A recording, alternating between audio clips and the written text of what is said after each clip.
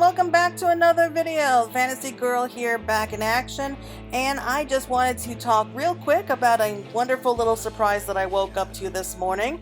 Unfortunately, it took me a while since I had to go to work to get everything up here, but basically I checked the logstone today just to see if there was any new information, and there was. So we are going to be getting a brief update on the special site for patch 5.5. So here we are back on the logstone here, and we have the Death Unto Dawn update. So we have more pictures, including a little bit more information. Not too much today. I do suspect that we will be getting a lot more information next week when the next letter from the producer comes out. It's supposed to be coming out, as you can see here, on April 2nd at 4 a.m., which is post-standard time,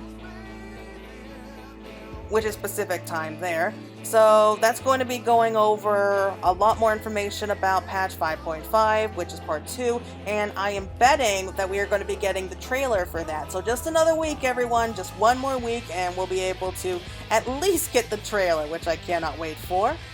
Okay, so let's just go straight off to the special site, and here it is. Okay, so we did get the artwork just a few days ago, which I do love. Not at all what I was expecting. Not really sure what I was expecting at the time, but I'm gonna roll with it. Okay, so as we know, it's coming out April 13th, which is in about almost 3 weeks from now. So as towers rise and darkness falls, Eorzea's players take the stage, blades poised to meet the final days. I love it when they rhyme like that.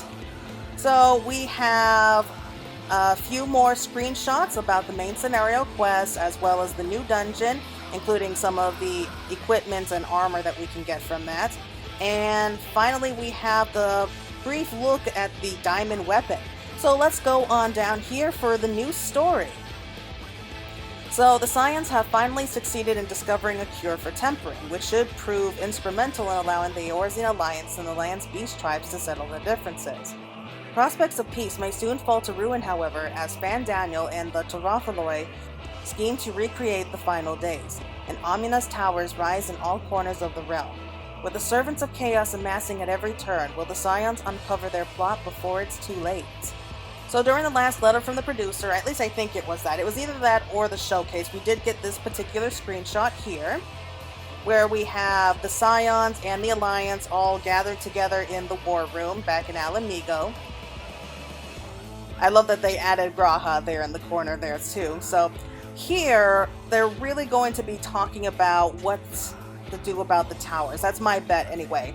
If you remember from the last patch, Urianger and Thancred did choose to go off into Aldenark together to see more of what was going on there, and as you can see here, both of them have returned. So they're probably here to give a report more on what they've been seeing in the Empire and just what's happening in the lands beyond.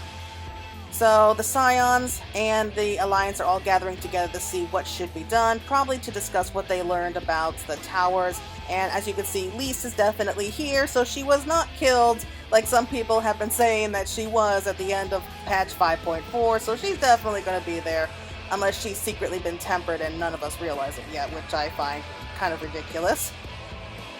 But we did get a second screenshot here today, and it's of Estinian and Alphinaud here in Ishgard. So we are definitely going to be paying another quick visit to Ishgard, and I think this is the first time the two of them have met since Estinian left Ishgard way back at the end of patch 3.3. So I'm sure that they're both going to be looking forward to it. Well, Alphinaud will clearly be looking forward to it. Estinian, like, he cares about Alphinaud. He sees him as kind of like a little brother, so I think he would secretly be glad to see him again. So that's going to be fun to witness. So yeah, those are the screenshots that we have for the main scenario quest. Oh, and just one more quick thing. This is all going to be part of just part 1. So part 2 is actually supposed to be scheduled to come out around, I'd say maybe a month and a half later. It's actually much sooner than what it usually is. So yep, that's going to be for part 1. So next up are the new challenges, including the new dungeon, which is Paglth'an. I think I'm pronouncing that right. I've always had a thing about pronunciation ever since I was young. I don't know why that's so hard for me, but basically this is part of the Yamaja encampment. So just in case you don't remember from patch 5.4, they did mention that Udal was very close to brokering some kind of a peace treaty with the Almaja. However, there seemed to have been several kidnappings of the Almaja going on, and that kind of caused their potential peace treaty to just basically crumble. So I'm guessing that whatever's happening here, we're probably going to be rushing in to help the Almaja, which really I was not expecting at all. I was really picturing us going to be heading straight off onto the battlefield once again. That's just me though.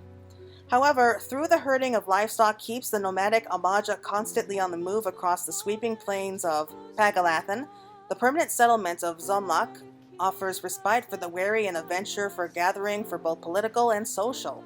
Yet without intervention, it may not long be so. So this here is another screenshot that we previously got before. So this here is their encampment burning. So this is probably on the very edge of Thanalan somewhere, probably southern Thanalan if I had to guess.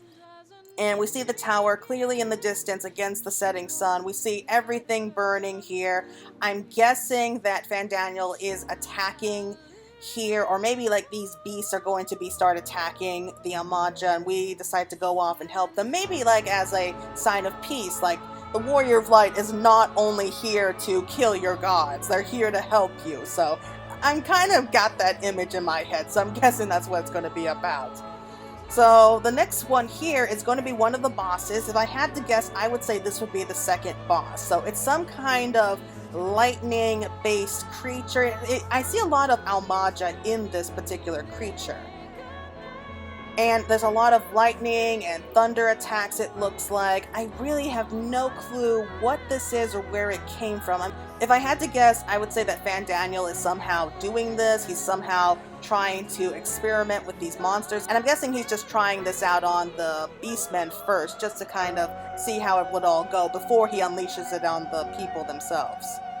And in this next screenshot here, we have the armor of what we can win from this particular dungeon, and it's actually really cool. You can definitely tell that this was Almaja inspired. It looks amazing. And I can't help but wonder if maybe other dungeons that we get later on are going to be allowing us to run through similar places, and we can earn specific armor related to that kind of tribe. I mean, that's kind of what I'm hoping for. So they don't have any weapons here, so I can't say for sure which ones are for which. However, I enjoy them all. I really do like them. My favorite would probably be this one here, which I'm guessing is part of the casting gear, so I'm looking forward to that. Okay, so that's everything for the new dungeon. And finally, we have the Chronicles of a New Era, the Sorrows of Werlyt, which is going to be the final chapter for the Sorrows of Werlyt, and basically with the gem, or I guess the jeweled weapons that we have been dealing with. With adamantine armor and a beating blood-red core, the diamond weapon is the culmination of countless sacrifices and untold suffering. When the ultimate triumph of the 4th Legion's monstrous weapon projects descends upon Werlyt, who will be saved and who shall fall? So that's very ominous, just thinking about that. They chose very specific wording for this, I can tell.